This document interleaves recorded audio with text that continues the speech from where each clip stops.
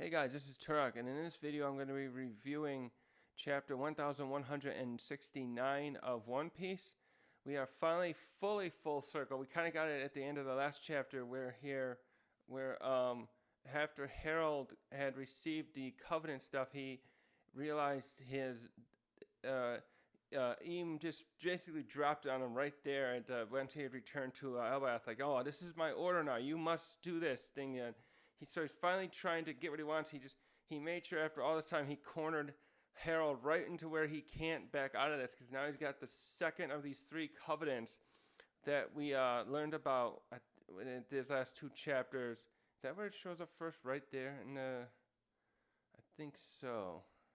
Wait a minute, because it just shows. Yeah, the last two. Yeah, we saw how he was doing these jobs for the world government too. Right after Rox's death, he started.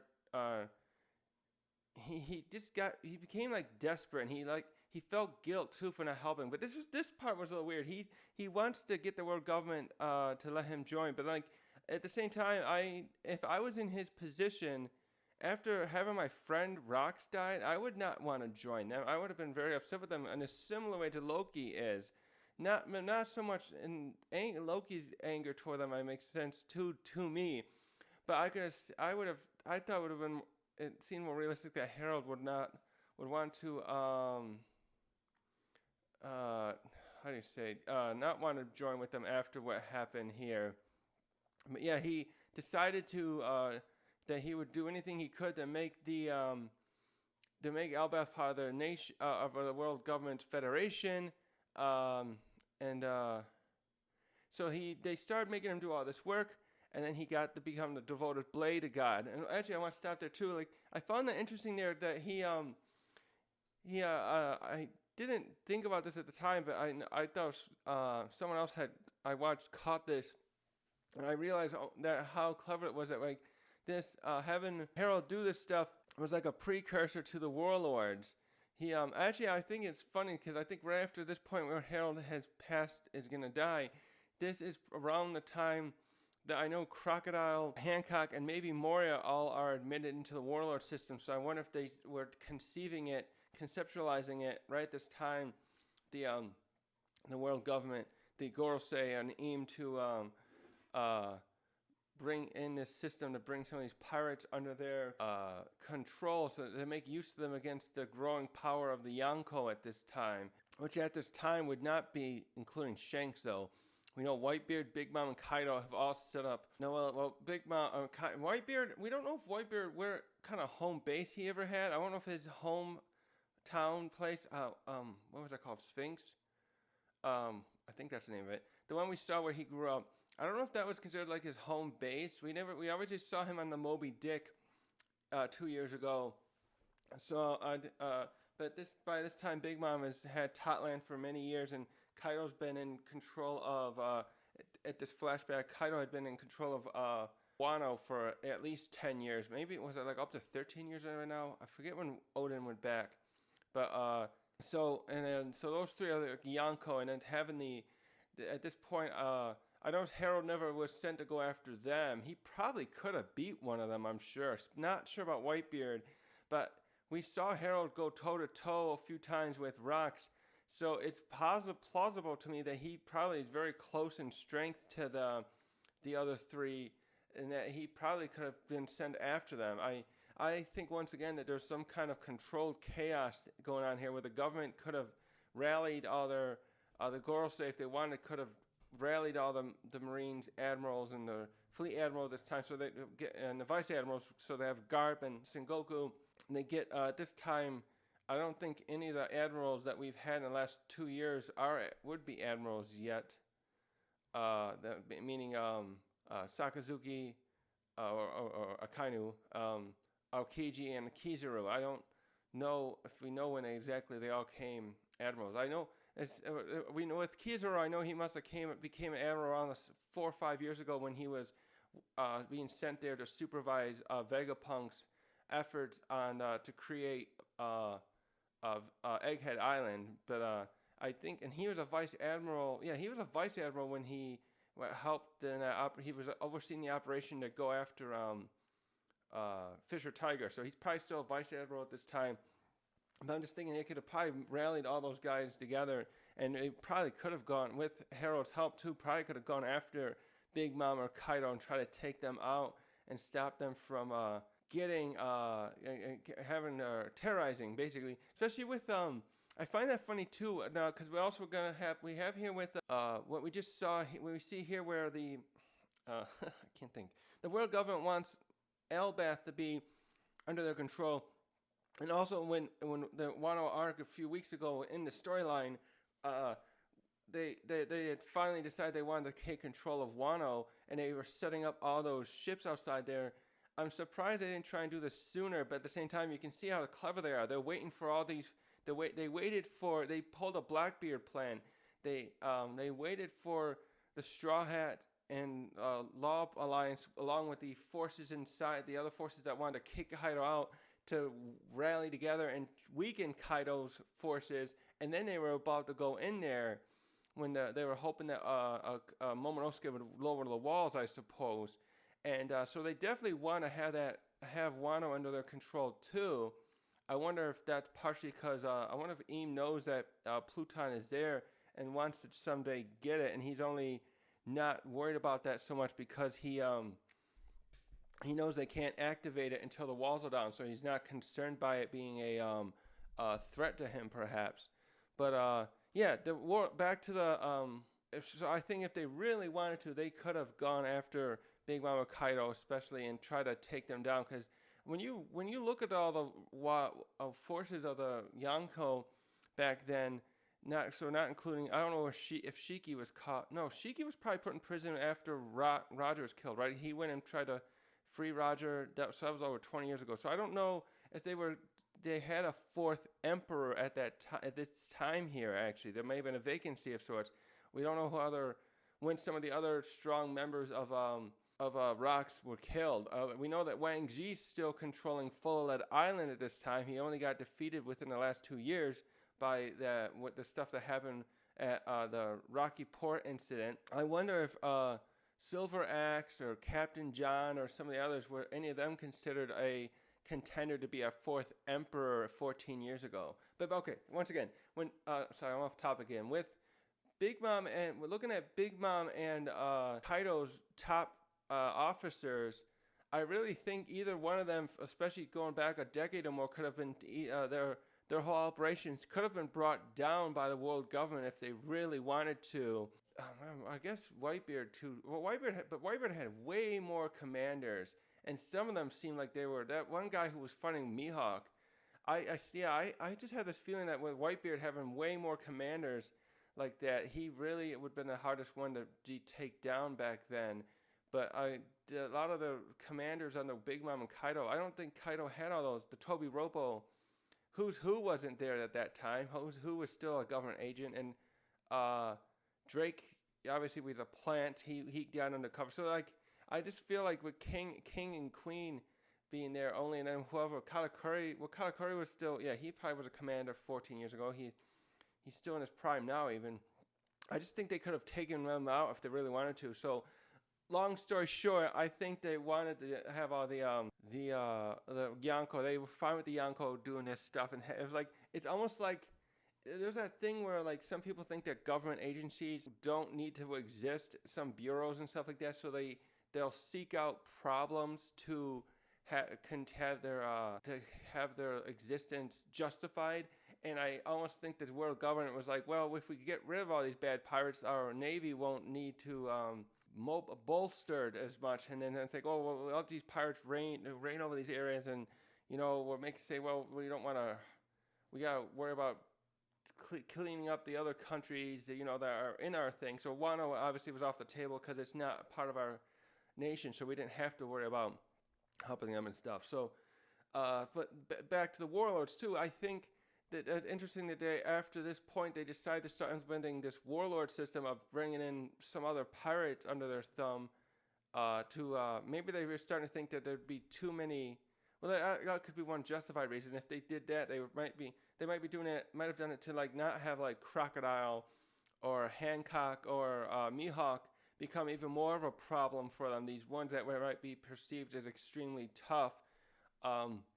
We know obviously which ones are and aren't overall, but still, if they're like garnering more forces under them, and they start having it out with the ones they know are at the top, like Big Mom, they might have just thought, well, this might be too much of chaos that would weaken our forces to try and break up, or we can have other islands that are in our control, in our Federation, terrorized. So they were probably like thinking about that and thinking, okay, let's try and see if we can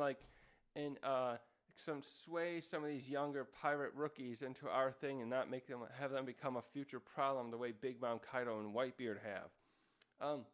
Anyway, so yeah, that was just interesting too that Harald was never sent after them. So I maintain this theory at this time that there's something there where they don't mind some of these pirates running rampant because it allows some kind of chaos to continue for a long-term plan to also there's something there too, I think, with the way the girls say we're talking about some kind of cleansing when they were meeting Eam at the Reverie.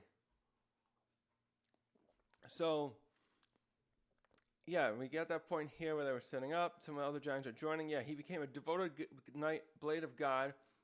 And then in the other ones where they become a knight, I liked how they had that system like that too, where like there's the nobility, there's like this nobility, then there's the knights, and then there's the other ones.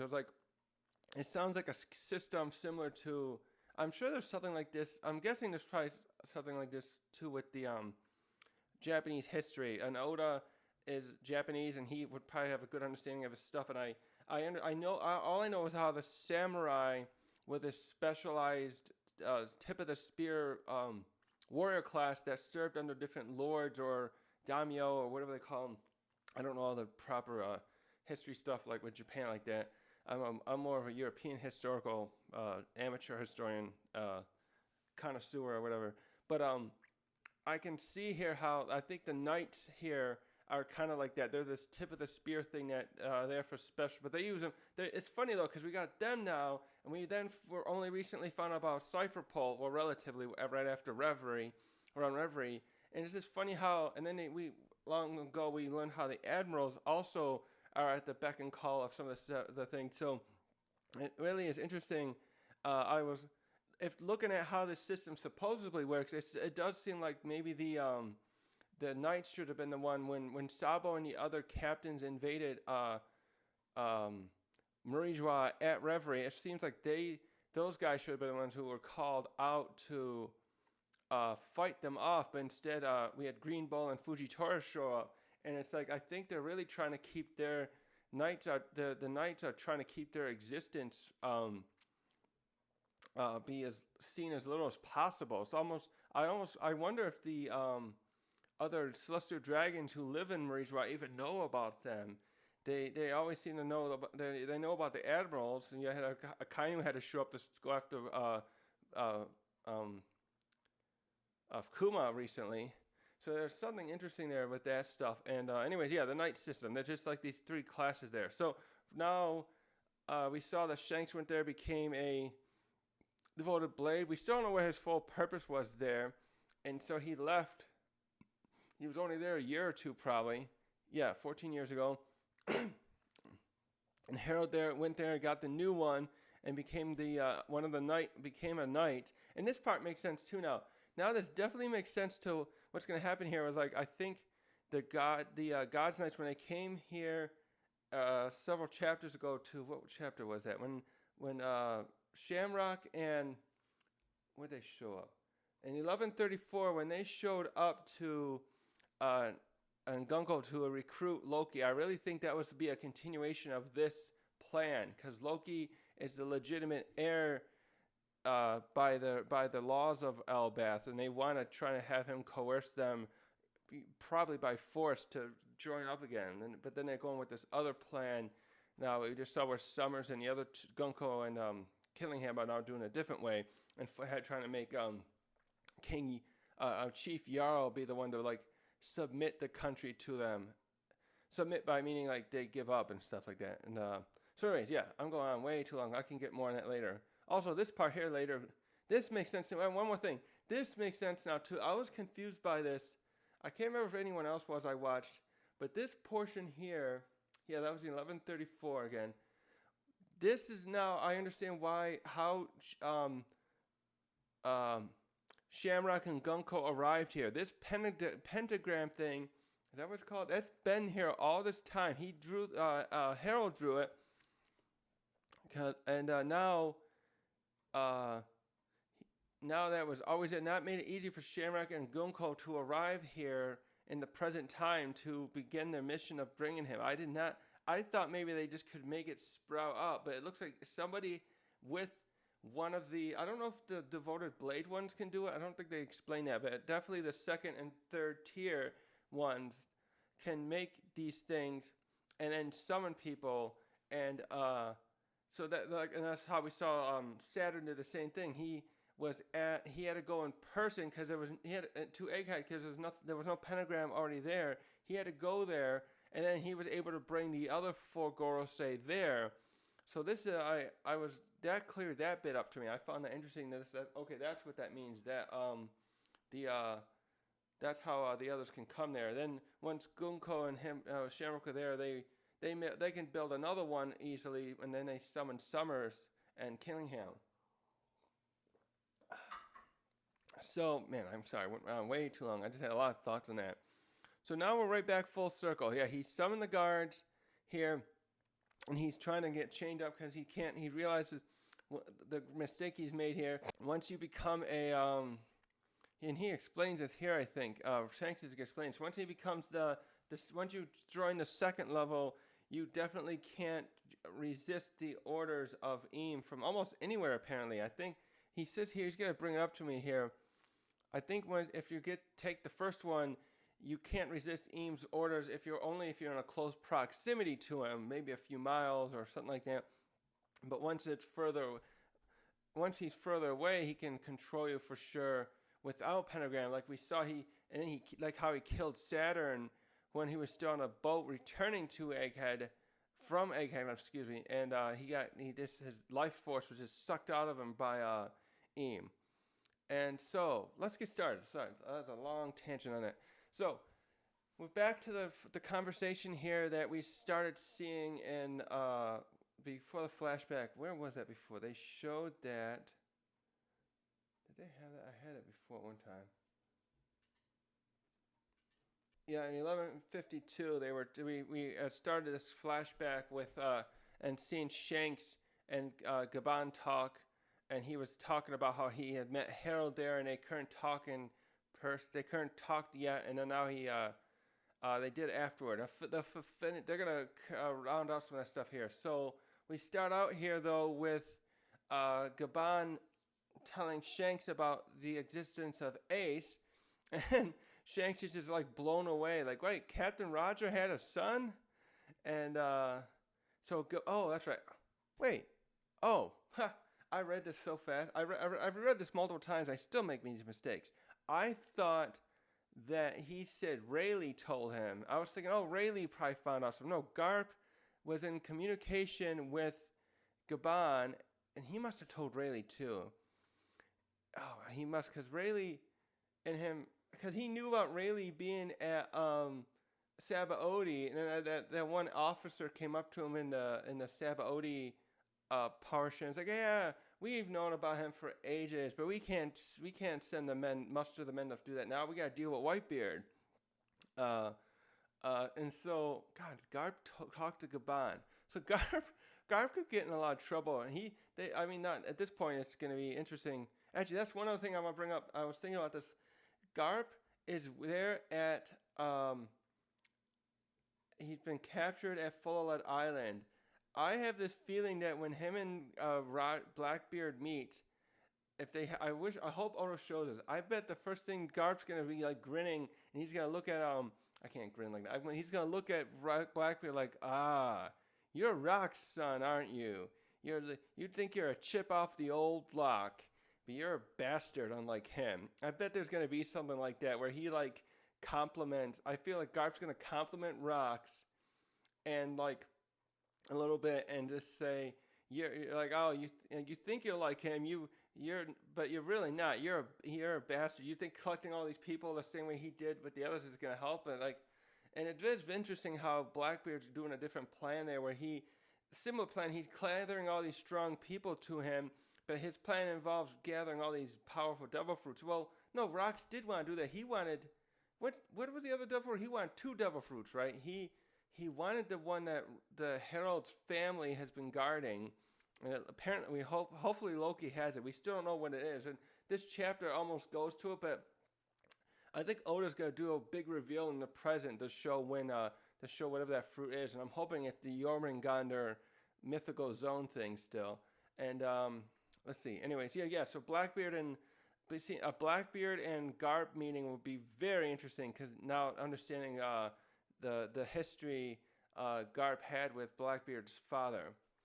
Anyway, so Shanks is like, yeah, wow, he's like my little brother, basically. And I like that. This is a pleasant part. And Gaban's like, well, yeah, you and Buggy were always like our sons. So, yeah, we can see here how, like, yeah, Gaban, Rayleigh, and Roger, they were raising Ancient's Buggy as their sons. Do we know where they found Buggy then?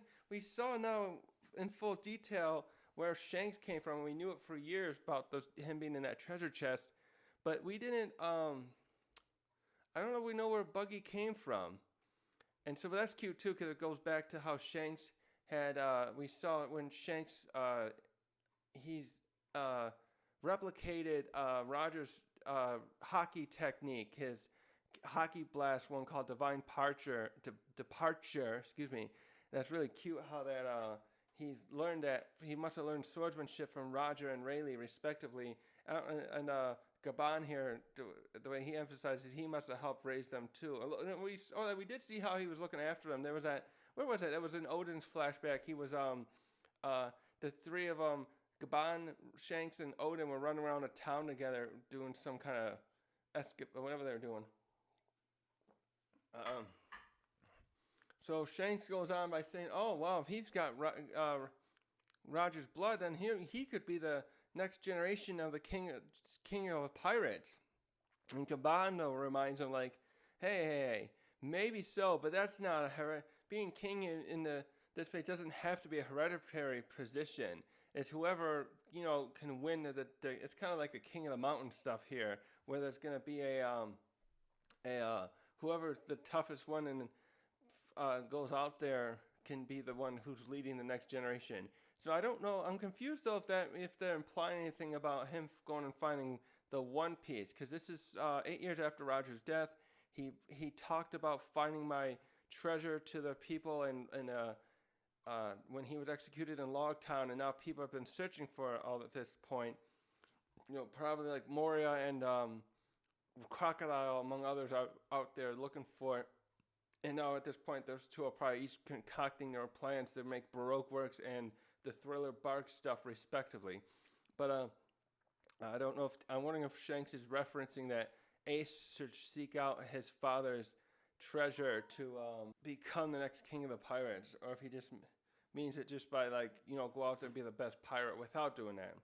Gaban makes a very good observation here about sometimes people who have great expectations. How do I say here? Yeah, burdened with high expectations or great expectations, they can sometimes fail to reach the top, reach greatness. And I like that point too, because that's the thing you always see. If you study history and look at these people who are sometimes an heir to some kind of kingdom, often those people are don't want to be burdened with that, and they often fail to meet the expectations, and they devolve into being either like drunks, or they make really poor decisions because they're groomed by weaselly people and all this kind of stuff. There's all kinds of stuff. My favorite thing like that is how, for example, there was the first emperor, Augustus of Rome, and he had these other kids of his. Was it his kids, or he had some other people he wanted to take over, and they ended up dying. And so the next emperor, obviously, really the official emperor was Tiberius, who was the one in charge when or was it Caligula? Who was the emperor when Jesus was alive? I think it was Tiberius initially. I always thought it was funny, that story, that I think Tiberius wasn't Augustus's son. He was the son of Augustus's uh wife, and I have this feeling based on the stuff I had heard about that she wanted Tiberius badly to be the next heir to Augustus, and so she had those other people that Tiberius was grooming and training to become the next generation killed, so that there would be no option left except for her own son. And from what I heard, Tiberius did not really care to be in charge. He actually didn't he like self-exile himself for a long time, and then eventually he took the position up, but he still was like just not a good leader. And it's just like, it just suggests to me like his mother, Tiberius's mother, did not see the faults and that he wouldn't be a good leader. She just wanted her son to have that ultimate power. She thought he deserved it, and her family probably deserved it. But it's just like, it's just that when I see this line here from Gaban, I think about somebody like Tiberius and the people that came after him. And Caligula was no good, and Nero, they all were just like horrible people, and they just treated their stuff. It's just like the Nero one's especially the bad one, because I don't know a lot of the Caligula stories, but Nero is the one where I know he like wanted to build that lavish palace, or he supposedly, oh, he started building one, but supposedly he might have been the one who instigated that terrible fire in Rome. So anyways, yeah, I think about that kind of stuff, and like, okay, you don't always want to force high expectations on someone.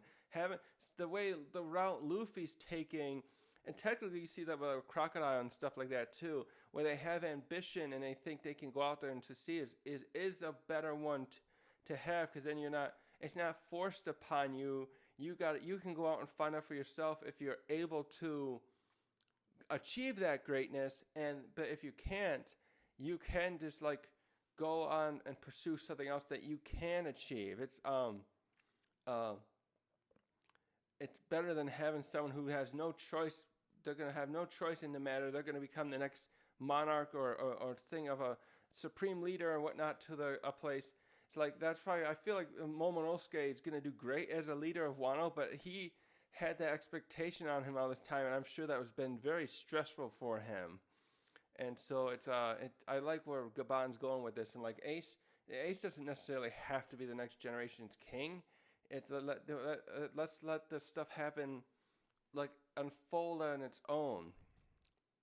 Let's see. So sorry for that tangent on that. So now we're back to the castle, at the point where right, this is the same one we saw in chapter, I think it was again. Yeah, we're back to where we were in 1152. And we got the Loki and Jarl are arriving here, as we saw in that chapter, and then the guards are like, "Oh, Loki's here. He's just been let out of prison after he destroyed Ida's home." Actually, that's not Ida. Actually, I just realized that I think, did I say that right in the other chapter? I was just thinking how ironic it is that Loki like cared so much all these years for his for being the legitimate heir, and then he just goes and destroys his hometown that easily. I understand why, for Ida's sake, because I'm glad and I really like that scene where he realized he really did see Ida as his proper mom, like his mother, like one who really nurtured and tried to care for him. But I didn't think he had to go out and kill all his people from his hometown for that part.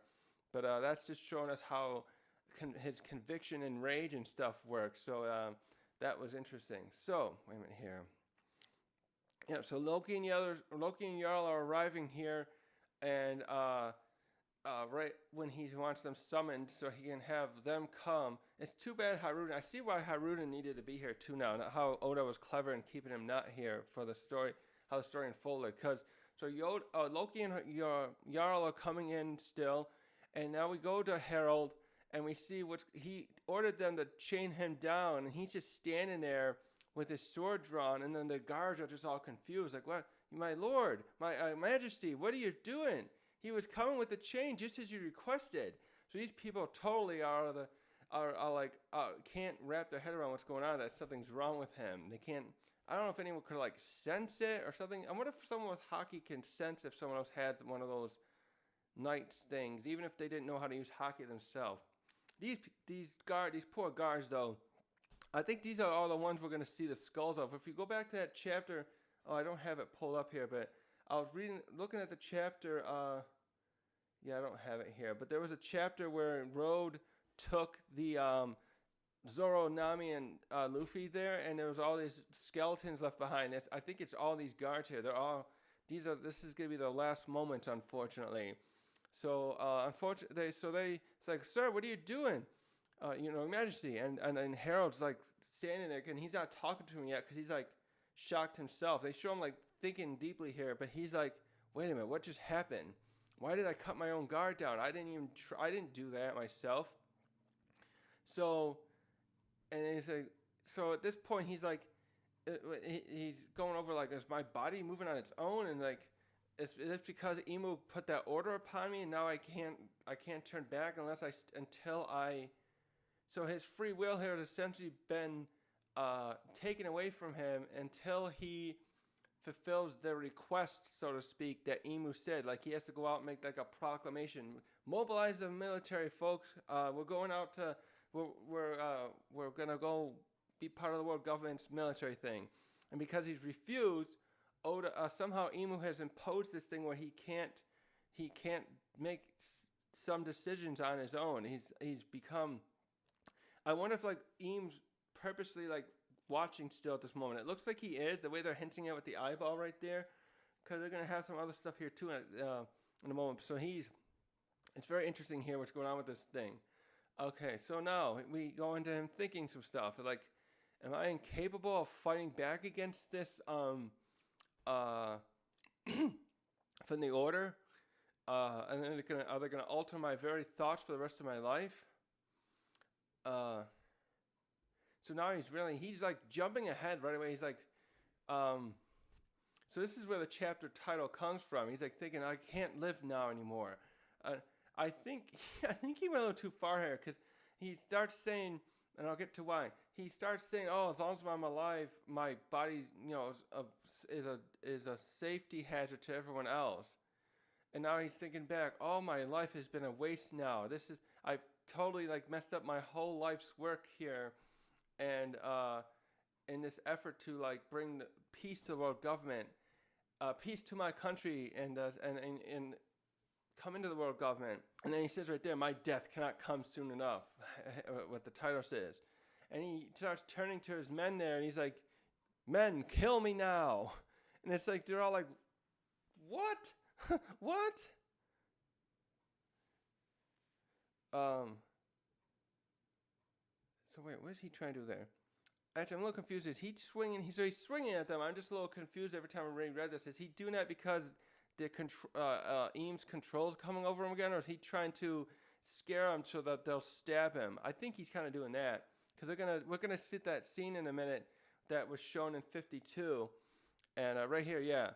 So they're like, sir, what are you doing? And then Loki's walking in like, Pops, I'm back. Like, what the hell's going on? So right here, yeah, they're defending themselves. This is the scene from another angle.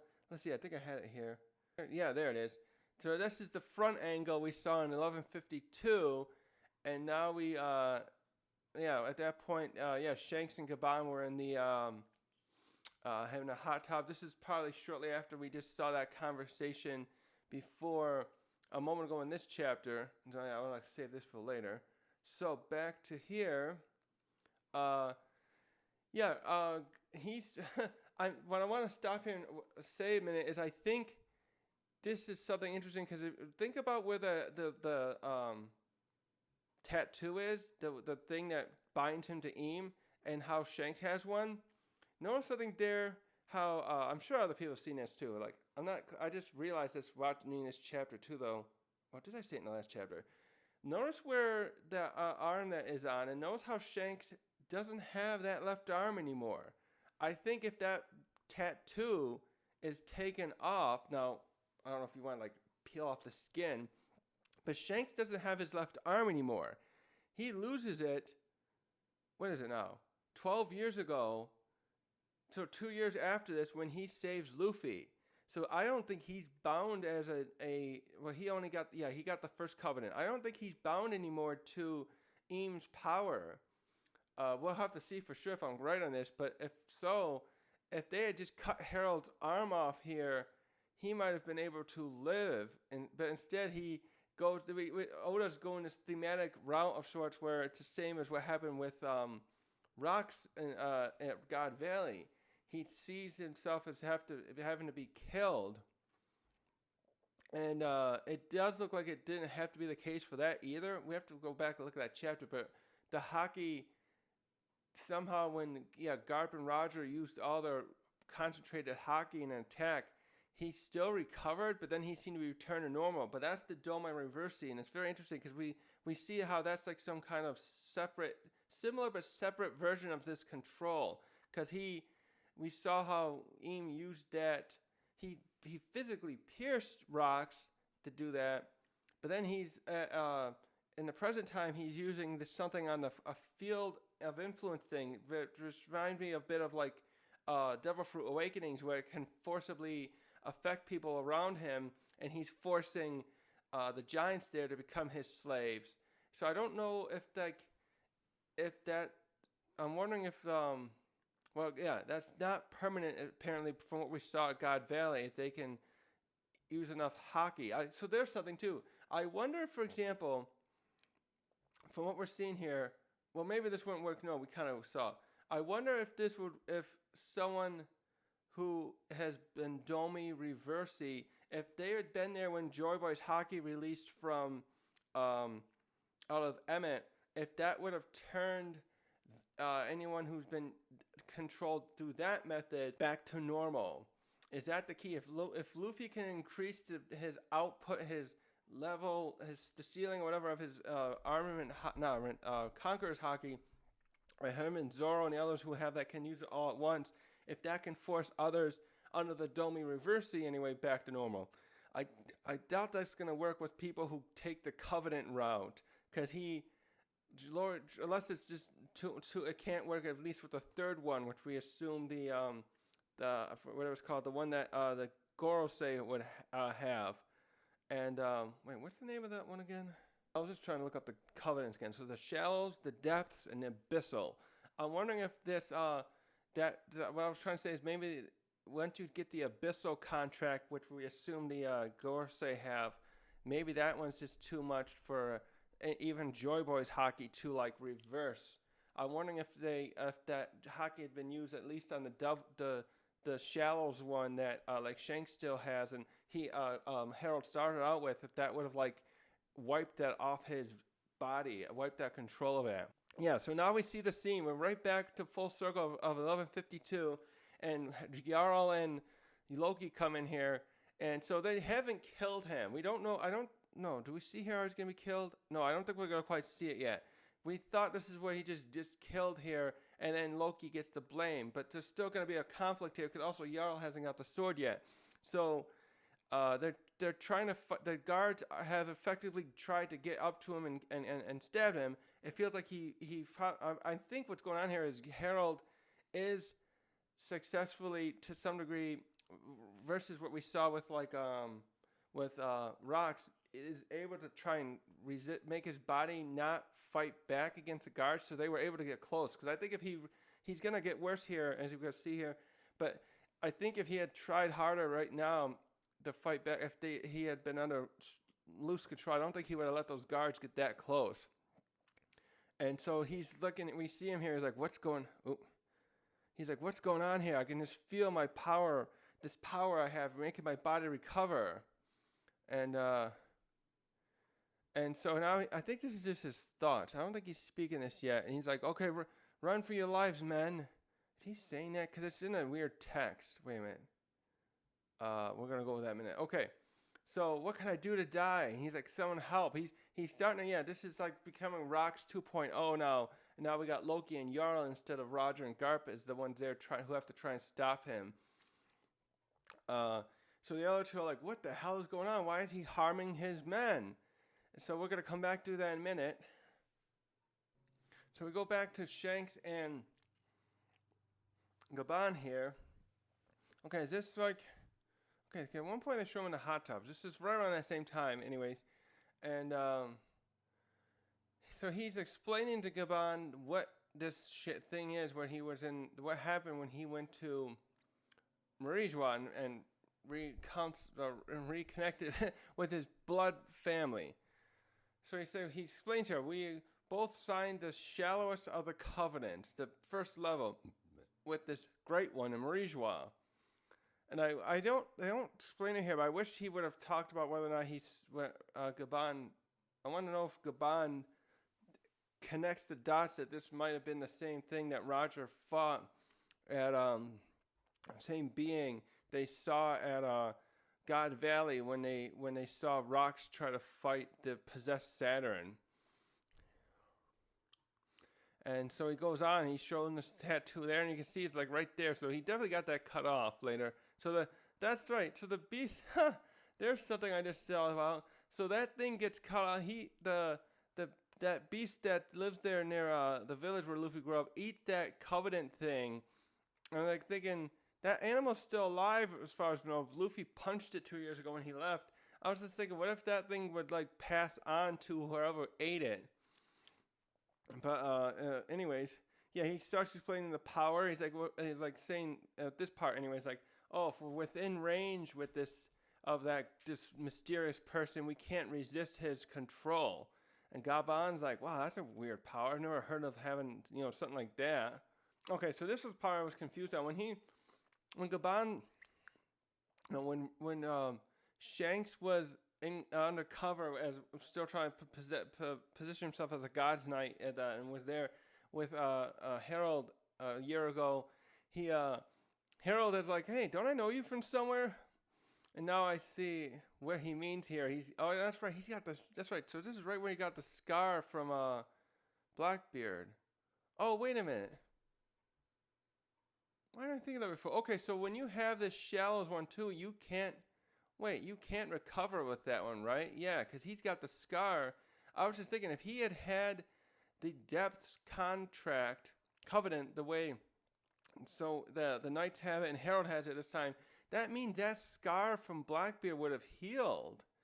Okay, so it can't. I wonder if that scar would have remained there if he had gone after receiving it. If he had gone and continued his being part of the God's Knight, or not yet, but if he had received the Depths Covenant, I wonder if that scar, no, it wouldn't have, right? Because the top man has a scar from someplace, so he probably received that before or during when he had this covenant, and once he got later, it probably doesn't heal. Unless that was supposed to be a birth defect type thing. Anyways, yeah, I wonder if that scar like that would heal if he had gotten the Depths Covenant. So then Shanks is saying, wait, so once we were out of the Holy Land, I was able to talk with Harald and reveal who I really was. And so, wait, why can't I see that well? Because my camera's in the way. So he says, Harold's like, oh yeah, I thought that was you. You're that red-haired pirates that I'm always hearing about. And so, yeah, there's Ripley and Colin are in the back. Colin's still a baby at this point, so she's listening in on this. So she must know about this covenant thing, actually. I wonder if she'll bring that up. Did she bring that up? I know she's there working with the others in the present, but I wonder if she'll know about this covenant stuff. She'll remember this from this conversation here. So look how big that pie is. That's making me hungry. So Shanks goes on talking about, like, Harold's delighted about this deal because it means that it'll finally get Elbath into the world government. And once he reaches this next, but he has to take on the next covenant level first. And so obviously, should have zoomed in this. So obviously, Gabon's like, wait, is that bad? What does that mean? Oh yeah, here we go. So healing, yeah. So Shanks goes on explaining this. So yeah, once you gain the covenant, the second covenant, you're also embodied with superhuman strength, and your body can't be destroyed. And as well, here's where he explains the transportation stuff. So the abyss, he calls it, they can generate an abyss, and it's the means to travel long distances. But once you take on this too, the con of it in this case for Harald, like, is that you can't defy the Great One's orders no matter what. He can reach you anywhere in the world once you do that one. So So if he agrees, he would be forced to do whatever they say if they so choose. And he goes on, knowing how bad the government at the top there is, I don't think they're ever going to give him what they promised. And so Gabon's still taking this all in, and Shanks is like, I don't think he should join that. And now the conversation was cut off partially there, and we see all this hockey coming off from the castle there. What's it called? They got a gust or something. So they're there. So that is very interesting there. How it doesn't sound like there's any other benefits to the basic covenant, the shallows one. You have to get the second one to get the power boost and the immortality, and then they can also fast travel essentially everywhere. But that's just how that works. It'll be interesting to figure out later more we get about how Emu can convey that power, endow that power upon the others. So we go in here and we see what's going on is that hockey's clashing because Loki and Harald are fighting each other. Loki's probably trying to hopefully fight him without harming his father completely. And so no, they've been fighting a little bit here, and he's like, "All right, Dad, what the hell is going on here, Father? Every time I try to hurt you, you're still recovering from all those the wounds I've given you." And he's like, "What's going on here? Why are you trying to kill everyone in the castle? And how come you seem so much stronger than before?" So now, and then we got Jarl stepping nearby, and he's like thinking he has to step in and aid Loki. So it looks like Loki's probably being pushed back here. I can imagine that they would have been on equal footing overall with if they because Loki's he took after his dad with the his size. They both got he inherited the ancient giant blood from Harald, but Haruden did not. So he probably can stand toe to toe with his father. Because he is a young adult now. I don't know if he would still be considered in his prime. He would be here, but in One Piece, I know they have some of these characters are still to get stronger over time in their 30s or 40s relatively. And so Harold's thinking, Jarl, it's like saying, I have to help out here, otherwise Loki might be, it looks like he's thinking Loki will be pushed back and killed eventually, that he's having a little bit having difficulty because of the abyssal, the Covenant's strength boost. So now we get some of the other guards who have gone to get reinforcements there, and this is too sadly not in Loki's case because of his reputation, but they all assume that Loki's finally gone mad and is trying to kill his dad. Maybe they think he's going to usurp the throne through force like this, because they're all like, but this one guy even says, no, we have to stop the king. But then the other guys are assuming, oh, Loki, what did you do? And we saw how when he arrived, oh, that damn Loki. And so the reputation Loki has is over all these years is really, it bites him in the ass here with how we saw that in the present time where he is being treated, and how they don't think they can trust him to help. Harun and the others don't think he can be trusted to help the Straw Hats and the new giant pirates to go aid the people, the other Straw Hats and everyone else in the upper world. So we jump there. So Jarl and Loki in the next scene, we kind of cut a little bit. They've pinned down Harald together, and they're trying to stop him and have him what's going on here? Explain yourself.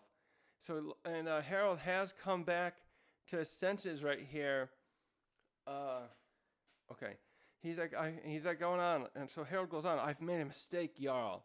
You guys both have to act soon, or very soon I fear I'll completely lose my mind. And then he says to Loki, please, you must tell everyone what happened here, how I did this. Let's see, wait a minute. So he wants, looks like he wants them to lie about his stuff. He's trying to save, I don't know, he doesn't care anymore that he was, I don't know, I find it funny. I want to use the government to do their dirty bidding. Wait. Wait a minute, that's a little confusing. Does that mean he? Anyways, he's going on. Ultimately, I realize they have lied to me, and now look what happens. They want me to, hand over you guys as slaves to be conscripted into being a military force to do their bidding. And Loki's like, what do you mean they tricked you? And so the other guards are coming in too and watching and like, what's going on here? Why are Loki and Harald, Jarl holding Harald down, his king? And he goes on, Harald, like, they never had any intention of honoring my request. I see now. They only wanted me. So now he goes to Jarl, turns to Jarl like, Jarl, see to it that Loki eats the treasure of Elbath. Wait a minute, is that him saying that? Because he starts talking here under his control. I was confused by this. With the power of God, I will be unstoppable. Wait, yeah, this is one time where I think I will be unstoppable. Yeah, I think there's a little translation issue here because when I read this unofficial one I have pulled up, it's like with these powers I have been given to me by by that God, I can't be defeated. So yeah, to my understanding here, what's going on is whatever that devil fruit is, Harald believes with Loki eats it, it'll be the only chance he has to kill Harald under this power. And now he starts lamenting what's going on here, like Elbath being enslaved by the government. This is the worst thing that I never wanted here. I have to be stopped, basically. And so these other guys are watching, but they must die too, because no one else here ever seems to stamp up for Loki. Okay, yeah, Harold's going on here. He's willing to be the villain now. He knows he has to, because they've loved him so much. So he tells Loki, you must kill me and take the throne, Loki. But you also tell the people what happened here, what fool I was. Kill me and become a hero. And he says, once I'm dead, reputation for me, that means nothing. This is where I live like Harald in a way. I don't know. It's interesting. I like it too partially because it's like he really is a good king in that he's willing to put his country before any pride of his own. And he says there, nothing matters other than Elba's future, right? And Loki's like, wow. He's just like in shock and the conviction of his father, and he's just like, you'd really do all this for Elbath? And so he's starting to lose control here. Harald, he starts saying, yeah, look at the face on Loki. And he starts losing control here. It looks like he's just like the presence of Eam is taking over him again. And he gets up and he starts just killing all the other guards around him, and holy crap, this is a good shot Oda drew. So he just like kills all those guards.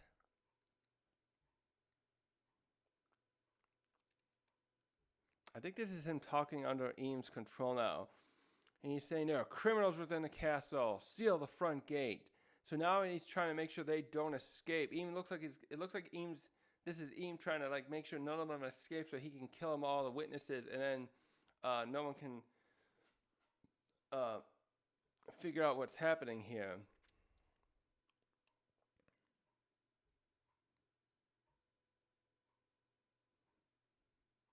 Yeah, he says it right there.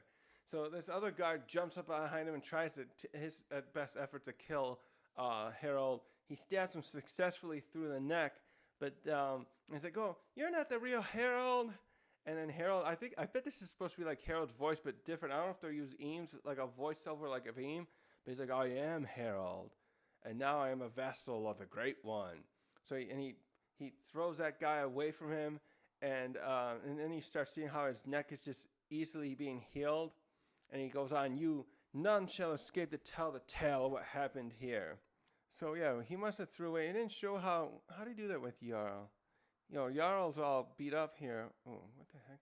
And so yeah, we swept over here to seeing that guard. I think this was the guard that tried to stab him.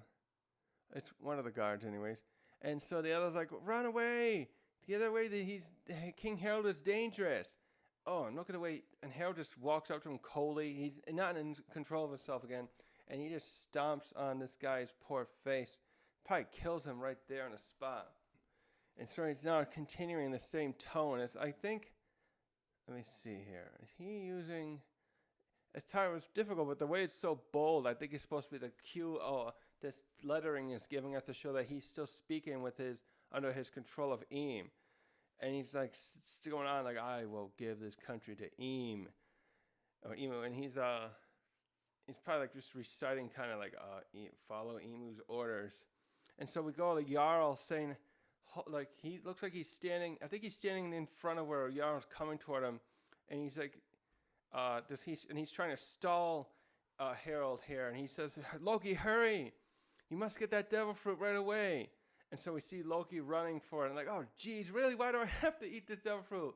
I won't be able to swim anymore, right? And then he's thinking about like, what's going on here? What's gotten into him? He's like a different person. And so, but then Harald, this is just a little funny because Loki's still not getting this at this point. Jarl's like kind of getting. I'm sure he hasn't figured out what exactly, but he's like, something's going on here. We must act as he said, though. But then Harald's like, and I'm sure he's talking in probably in that weird tone, like, you don't eat that fruit, Loki. It belongs to me. And Loki's like, but you just told me to eat it.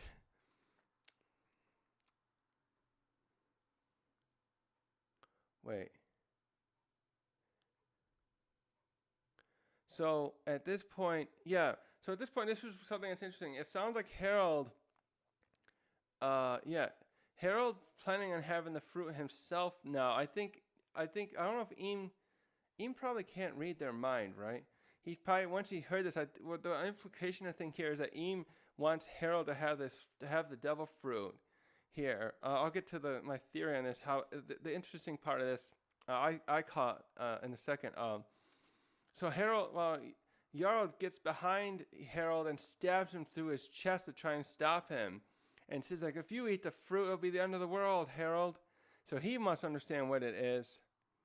So he's trying to stall Harald, and he yells to Loki, and hurry, Loki, make sure Harald doesn't get that fruit. And we don't see how he quickly, and Harald, though, this is where the part where Jarl happens. Harald swiftly turns around and takes his own sword, and it's his sword still there. It wasn't even someone else's sword. I'm trying to think if they specify that. He takes his own sword and throws it shoves it into Jarl's head there. It's like, that's going to be an interesting scene there. They've been getting, I noticed when they had that scene where Lucci attacked Stussy with his finger thing, they had that blood. I bet they're going to have somebody animate this like that, where they add a little more sound effects. It's really, even for Oda just drawing it, it's like he's really gone in with some of the, like, a bit gorier stuff. And he just speaks coldly to him, you gave me that blade years ago. Now you can have it back. So then he turns where Loki is. Yeah, we see Loki running still toward wherever the thing is, and that some of the guards are still there, valiantly trying to hoping to hold him off while Loki does this. And then he turns and Harald proclaims, like, I will eat that fruit and take Ragnar for myself. So he's referencing the hammer that we saw Loki with, because you can see here he's got this one that looks more like a mallet. And in the present, though, he's got Ragnar, which looks more like the way Mjolnir looks, the hammer that Thor has in like the MCU version, especially the square look one. So now Harald starts booking it after Loki, and they're like, you cannot have it. And the other guards are still trying to hold him, and Loki's like, oh God, oh God, oh God, and he's running. And right at that moment, Shanks and Gaban come in. And they sweep in and cut at him, and then Harald and Jarl sees them coming in, and so they knocked him down successfully, and then they go up to Jarl and like, Jarl, what's going on? Like, well, for one thing, I think that helmet saved my life. and then he turns to he says to the other two, please stop Harald. Don't let him go after Loki. And then Harold's like, and he's like getting up again. And then Gavan says to Loki, I think what you talked about has already come to pass. We're saying, well, it's kind of like we're too late already. And Shanks still though, like, Harald, please look around you and come to your senses. And then he just gets up and he got this really, look how his eyes are. And so yeah, this is the last page, I think, right? And then Harold's just like, Shanks, this undying body is a wonderful thing. I feel superior to all other life. So this is really not him anymore. This has got to be like his. So it's almost like a second personality. It's like a mirror version of him that when Emu put that upon him, has possessed him here, and he's kind of talking. I'm sure he's not really thinking that. And so we get this is the final. Yeah, this is the final shot here. Loki busts into the room here. This was a shot we saw before too. With what chapter was that? Where's my mouse? It was it the end of 52? I think it was. Let me pop that up here. Yeah, that was in the end of 52. Yeah, and we saw that shot there briefly.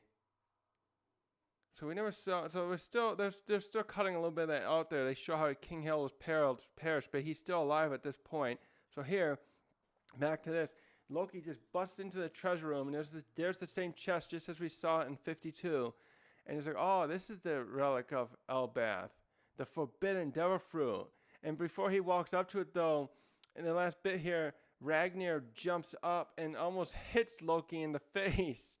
And it just ends like that. And Loki's like, whoa, who's doing that? So it's like, he's probably assuming like someone is swinging it, but I think it's waking up on its own to his presence. And that's it. We don't even know what the devil fruit is still yet. I'm hoping the next chapter will tell us. And then it's like, damn. So the big thing right here too is I think what's going on here is Ragnar is going to choose Loki as his user, his master, you could even say. But I'm going to think as something like his user. And because we see a number of shots here, I'm going to pull some up here. I think here's the first one with Luffy. Yes, because we kept wondering here. So there's a number of shots here in the other chapters where we see that Ragnar is always with Loki, even here when he's chained up. So it's right there behind him. Over here, he's right here. He's got it's sitting behind him. You can see the handle. And then again in 41 when Luffy and Zoro go back, it's still there. So Loki gets up in 41 after he's been partially unchained by the key that Zoro and Luffy brought. He grabs Ragnar there, and that's when that was the first time I think that we saw the name. It was spoken first by Haruden. He's like, Loki, take your hand off Ragnar, and that's where we saw where we thought back then, he's just pure evil, and now he's just gonna run amok. But I'm wondering if this is what he uses to finally stop his father, or if the devil fruit and the weapon are what's needed to do it. And we got to see how it's used here in which one is this again? This is in 1142. He's trying to make them through scare them into letting him go. They still have the other chain on him. And he can't, I guess even with this though, he can't get it off. They have those sea prism stones on him and cuffs on him. And he had used it in this chapter to try to, what?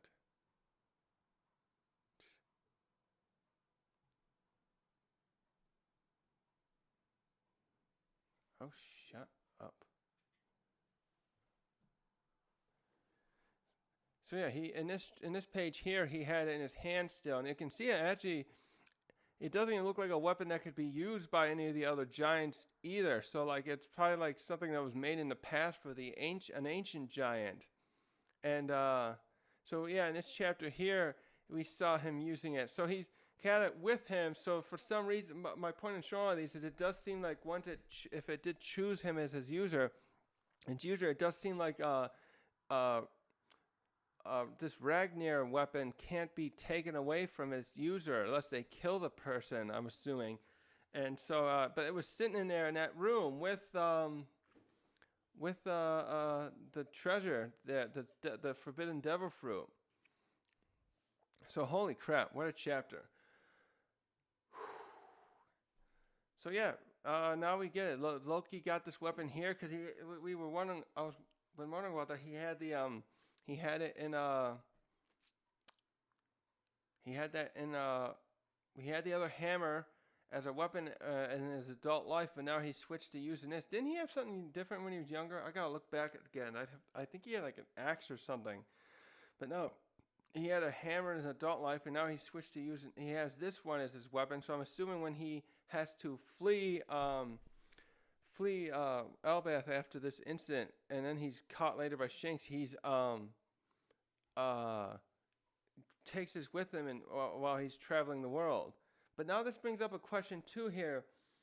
A big question. Why is it that Shanks thought they had to lock him up? Why did Shanks go after him after this? And why wasn't his testimonial of what happened here able to keep Loki from being locked up? He's been here for, I forget how many years now. I think Shanks caught him 6 years ago. So yeah. So he's out there for several years. That would be 8 years exactly, right? Yeah. And he's out there for 8 years on the away from Elbath and then brought back. What is it that Loki does? Is Loki cause chaos elsewhere where he does seem like a criminal and Shanks thought he had to be locked up? I'm very confused by that because Gaban in 1152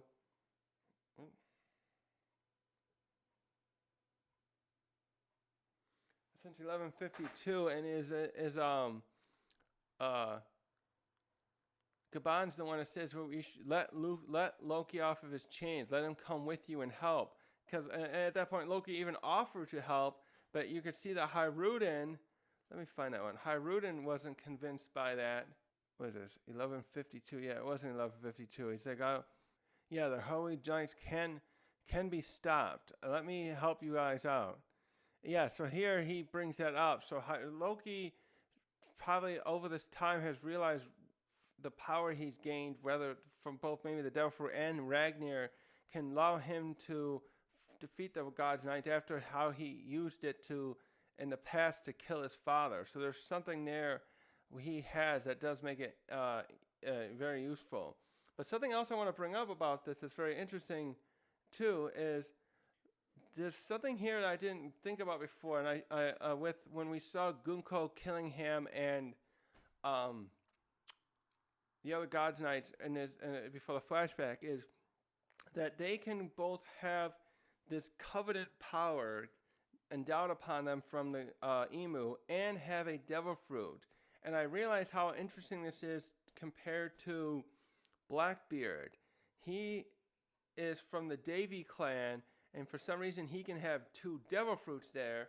And I'm wondering if there's any correlation with that. Like how is it that, what also brings the question, of course, what makes the Covenants different from a devil fruit, that they can have that power, but then they can also still eat a devil fruit. So Gunko's got the arrow thing, and